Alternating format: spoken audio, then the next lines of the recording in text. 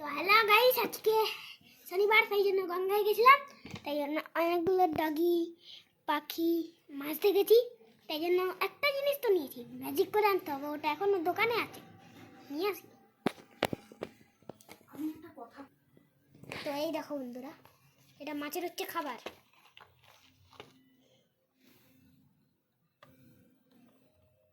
তো এবার মাছটা কোথায় তাহলে? হ্যাঁ, মাছ কই? এটা ছাড়ো। সু সু তো এই দেখো মাছটা, এখান থেকে দেখতে হবে, এখান থেকে দেখো,